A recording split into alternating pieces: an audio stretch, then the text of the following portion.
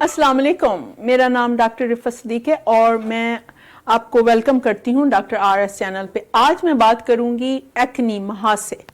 जो एक्नी है वो होती क्या चीज़ है? एक्चुअली हमारे स्किन के अंदर जिल्द के नीचे एक ग्लैंड्स होते हैं जिसको हम कहते हैं लिशादा गदूद, जिसको कहते हैं हम सेबेशियस ग्लैंड।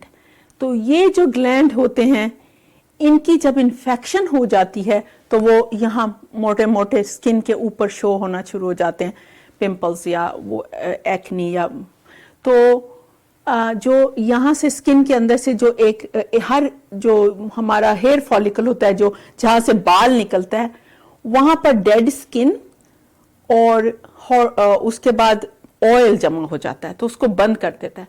तो नीचे फिर वो जब उसकी इन्फेक्शन हो जाती है तो आहिस्ता आहिस्ता वो ऊपर शो होना शुरू हो जाता है स्किन, तो मोटे मोटे वो पिंपल्स बनने शुरू हो जाते हैं। फिर उनके अंदर पस भी पड़ जाती है, वो लाल हो जाते हैं, कभी वो ब्राउन हो जाते हैं, कभी वो बड़े होते हैं, छोटे होते हैं।